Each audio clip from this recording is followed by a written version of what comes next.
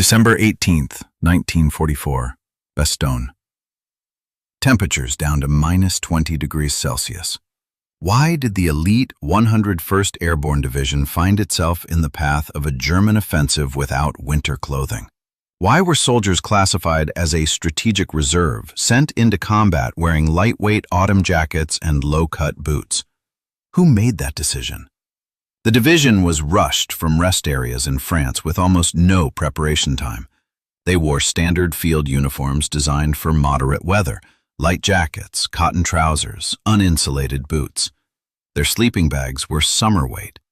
Most had no gloves, scarves, or thermal underwear. Ahead of them were German tanks, around them, snow, and 8 days of isolation. The absence of winter clothing was not an oversight. In Montmélian, the division had been refitting after Operation Market Garden. Winter gear was issued first to units assigned to prolonged defensive positions. Airborne divisions were classified as mobile reserves, intended for rapid deployment, short operations, and withdrawal. They were not expected to hold static defensive lines in extreme cold. On December 16th, the German offensive began. Orders came to move immediately.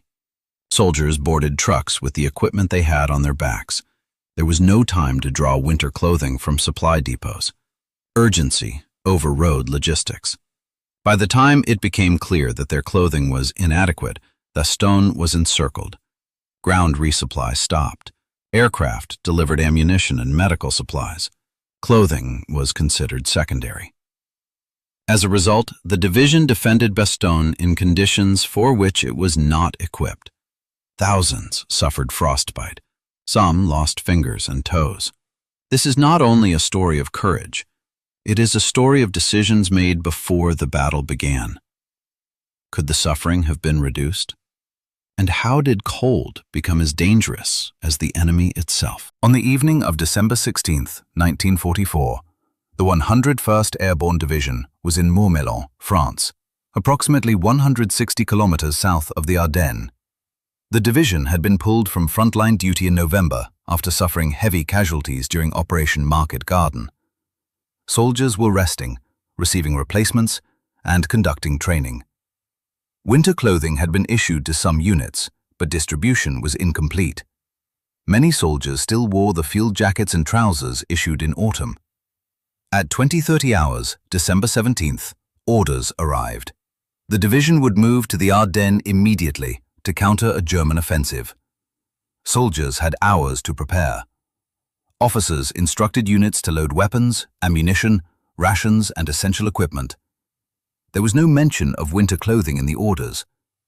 The assumption was that the deployment would be brief, a few days of combat to blunt the German attack, followed by withdrawal to reserve positions. Trucks began arriving at midnight, soldiers loaded in darkness and cold rain. The convoy moved north through the night, traveling on icy roads toward Belgium. By dawn, December 18th, the lead elements were approaching Bastogne. The weather had worsened. Rain had turned to snow.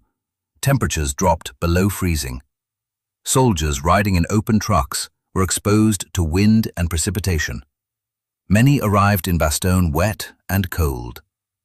The division's supply trains, trucks carrying tents, stoves, extra clothing, and other non-combat equipment, were not included in the initial convoy.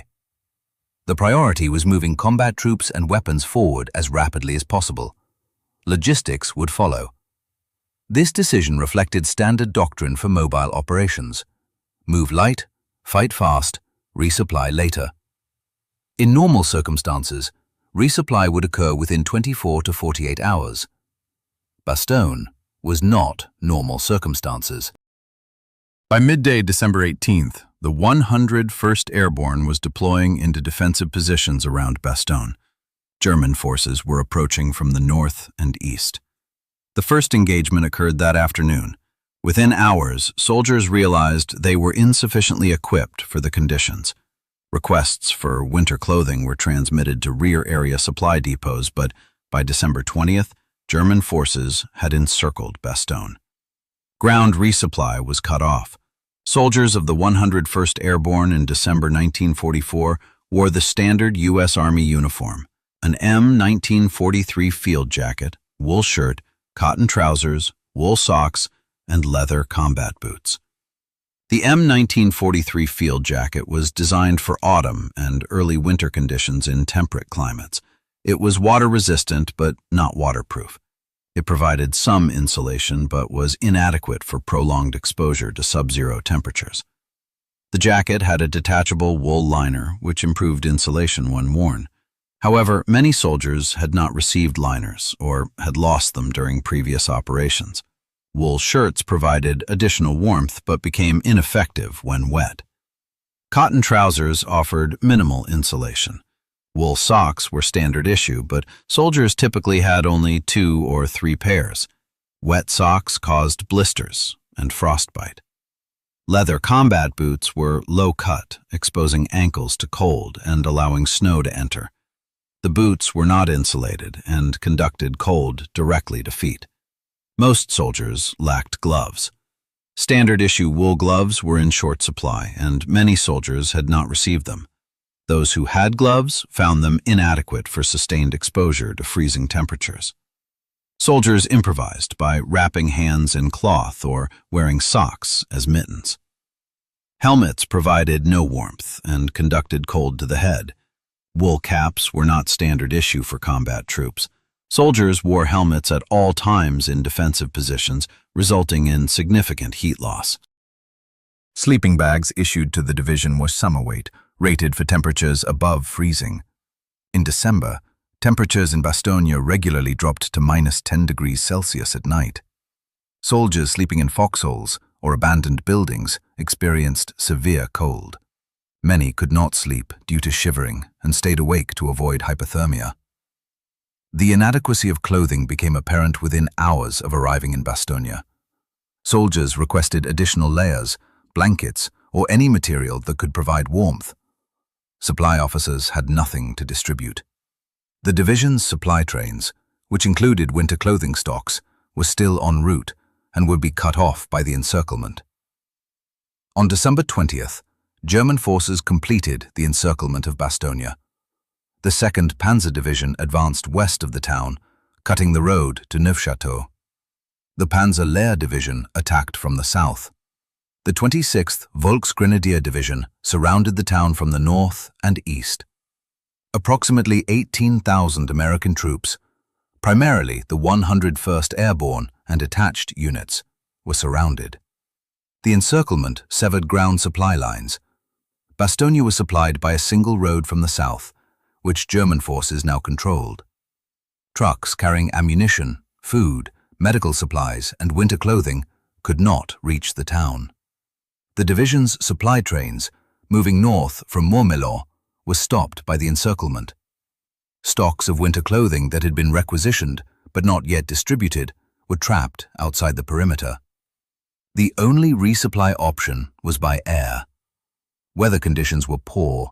Low clouds, snow, and limited visibility prevented air operations on most days.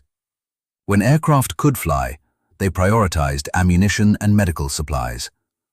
Winter clothing was classified as non-essential compared to materials needed to sustain combat operations. Requests for clothing were acknowledged but not fulfilled. German commanders recognized that American forces in Bastogne were poorly equipped for winter conditions. German intelligence reports noted that American soldiers lacked winter clothing and were suffering from cold injuries. German forces, equipped with winter uniforms, heavy coats, and insulated boots, had a significant advantage in endurance. German commanders calculated that cold and supply shortages would weaken American resistance more effectively than direct assault. On December 22nd, German officers delivered an ultimatum to the American commander, Brigadier General Anthony McAuliffe, demanding surrender. The ultimatum cited the hopelessness of the American position, including inadequate supplies. McAuliffe's famous reply was nuts. The refusal to surrender meant soldiers would remain in their positions, exposed to cold, until relief arrived or German attacks overran the defenses. Soldiers improvised methods to retain warmth. Newspapers and maps were stuffed inside jackets and trousers as insulation. Burlap sacks were worn over uniforms. Parachutes from airdropped supplies were cut into pieces and used as blankets or wrapped around feet inside boots. Soldiers scavenged clothing from wounded or dead soldiers, both American and German. German winter coats, fur-lined jackets, and wool scarves were particularly valued. Foxholes provided some protection from wind, but were sources of additional cold. Snow melted from body heat, soaking clothing and sleeping bags. Soldiers attempted to line foxholes with straw, wood planks, or any material that could provide insulation from frozen ground. Some dug deeper foxholes to get below the frost line. Others covered foxholes with tarps or scavenged metal sheets to block wind and snow. Buildings in Bastogne offered shelter, but were targeted by German artillery. Soldiers occupying cellars were safer from shelling, but experienced extreme cold. Stone and concrete conducted cold efficiently, and there was no fuel for heating. Some soldiers risked starting small fires using wood scraps, but smoke attracted German artillery. Movement generated body heat, but also increased exposure.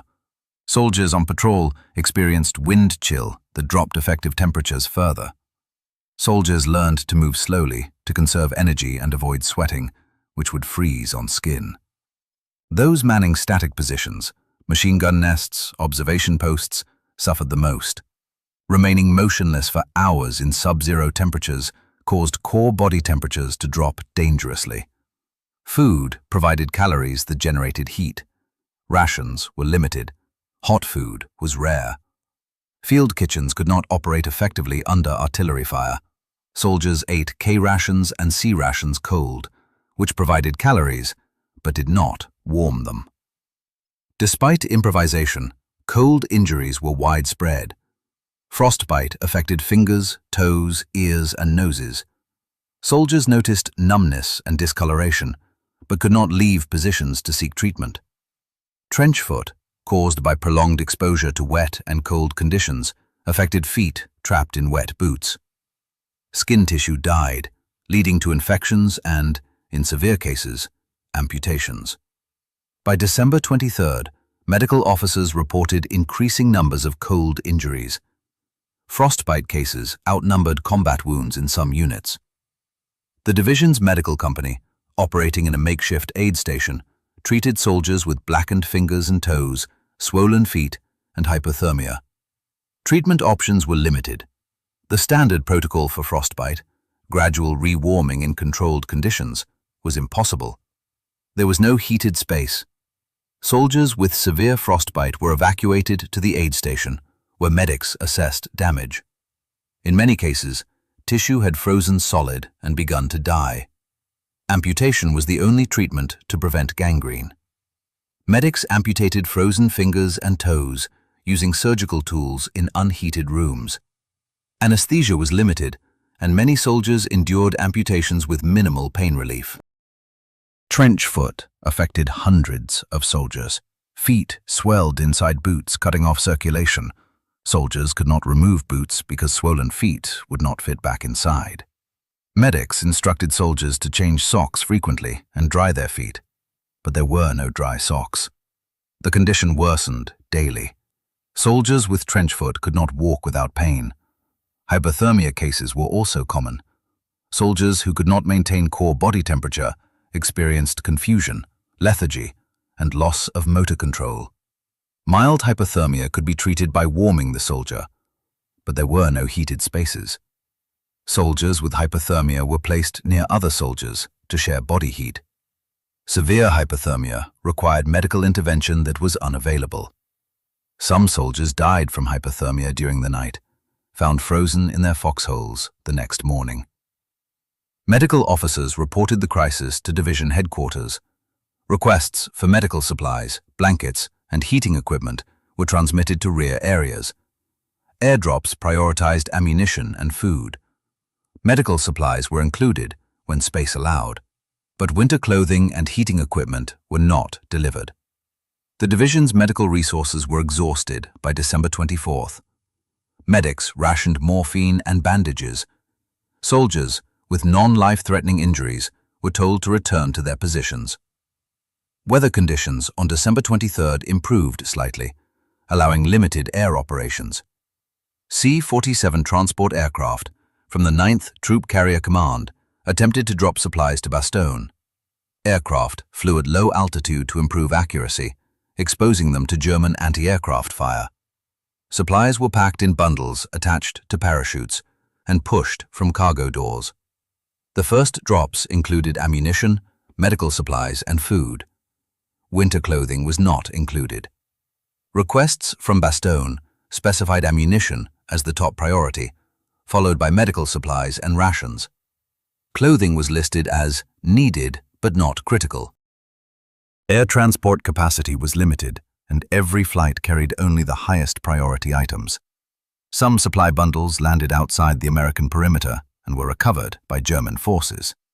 Others landed in minefields or areas under German fire and could not be retrieved.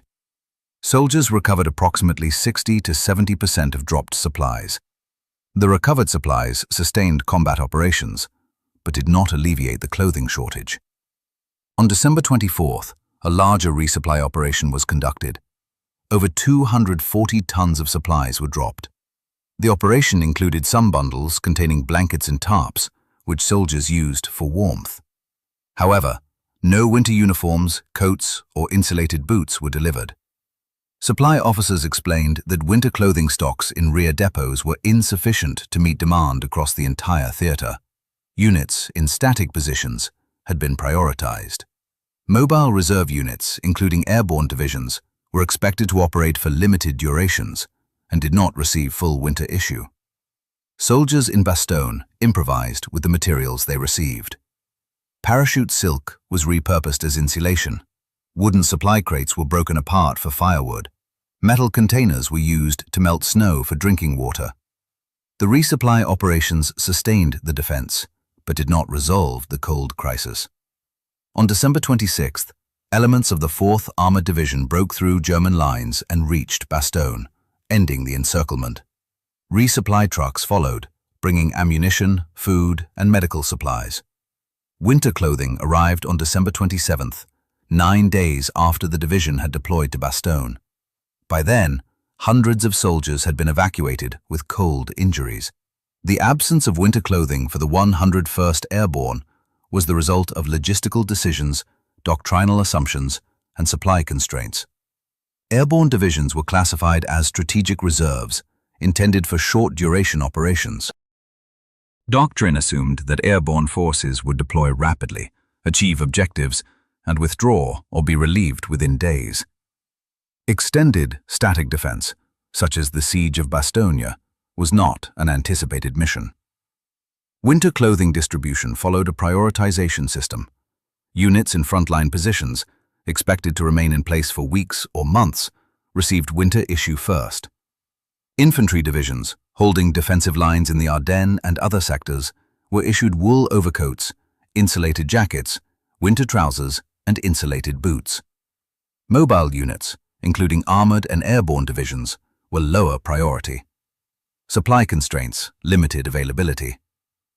The U.S. Army had procured winter clothing for European operations, but quantities were insufficient to equip all units simultaneously. Production delays, shipping bottlenecks, and competing demands from other theaters limited stocks. By December 1944, winter clothing was available, but not in quantities sufficient to issue to all troops. Supply officers made allocation decisions based on expected need. The rapid German offensive disrupted supply plans. The 101st Airborne was rushed to Bastogne with no time for logistical preparation. Standard procedure required units deploying to forward areas to draw supplies from designated depots. The urgency of the deployment bypassed this procedure. Soldiers moved with the equipment they had, expecting resupply to follow. The encirclement prevented resupply from reaching them. Institutional failures also contributed. Quartermaster officers responsible for clothing distribution did not anticipate that airborne divisions would be committed to prolonged defensive operations in winter. When the need became apparent, stocks were not available. Requests from Bastogne were acknowledged, but fulfilling them required diverting supplies from other units or waiting for additional shipments. The lack of winter clothing at Bastogne was not unique. Other American units in the Ardennes faced similar shortages. However, the 101st's situation was extreme due to the encirclement and duration of exposure. The 101st Airborne Division's defense of Bastogne succeeded. The town was held, German advances were blocked, and the division's stand became legendary. However, the human cost included significant non-combat casualties from cold injuries. Official records documented over 500 cases of frostbite and trenchfoot among 101st Airborne personnel during the siege. The actual number was likely higher, as mild cases were unreported. Frostbite resulted in amputations of fingers, toes, and in severe cases, feet. Soldiers who lost digits could not perform tasks requiring fine motor control and were medically discharged or reassigned to non-combat roles. Trenchfoot caused chronic pain and reduced mobility. Some soldiers recovered fully after weeks of treatment, but others experienced permanent damage. Cold injuries removed hundreds of soldiers from combat effectiveness, reducing the division's strength as much as enemy fire. The experience led to changes in U.S. Army logistics and doctrine. After Bastogne, winter clothing was prioritized for all units operating in cold climates, regardless of anticipated duration of deployment. Quartermaster Corps procedures were revised to ensure rapid distribution of cold weather gear when units were deployed on short notice. Improved insulated boots, layered clothing systems, and cold weather training became standard. The siege also demonstrated the importance of morale and leadership in overcoming physical hardship.